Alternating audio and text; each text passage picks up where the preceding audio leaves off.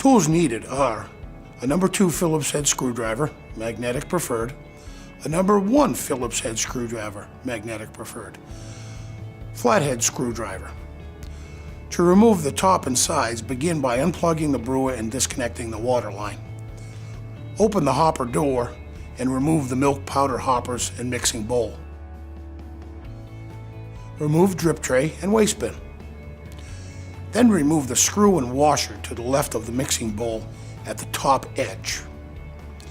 Place your hand on the top cover just behind the K-cup pod lever.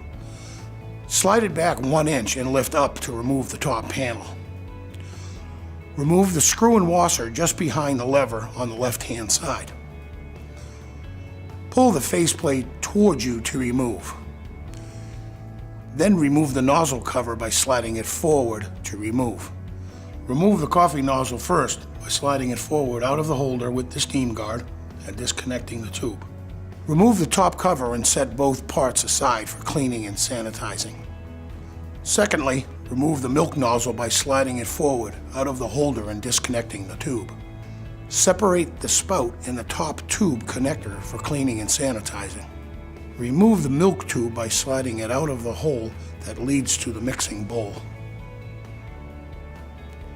To install, slide the milk tube back through the hole leading to the mixing bowl. Reassemble the milk nozzle and slide it back into the holder. Reconnect the tube. Reassemble the coffee nozzle and slide back into the holder. Reconnect the tube. Slide the nozzle cover back into position. Reinstall the faceplate and secure with the screw. Reinstall the top cover by sliding it forward into place.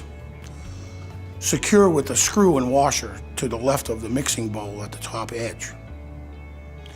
Reinstall the mixing bowl, powder hoppers, waste bin, and drip tray. Call us at 888-CUP-BREW and select option 5 with any questions. Thank you.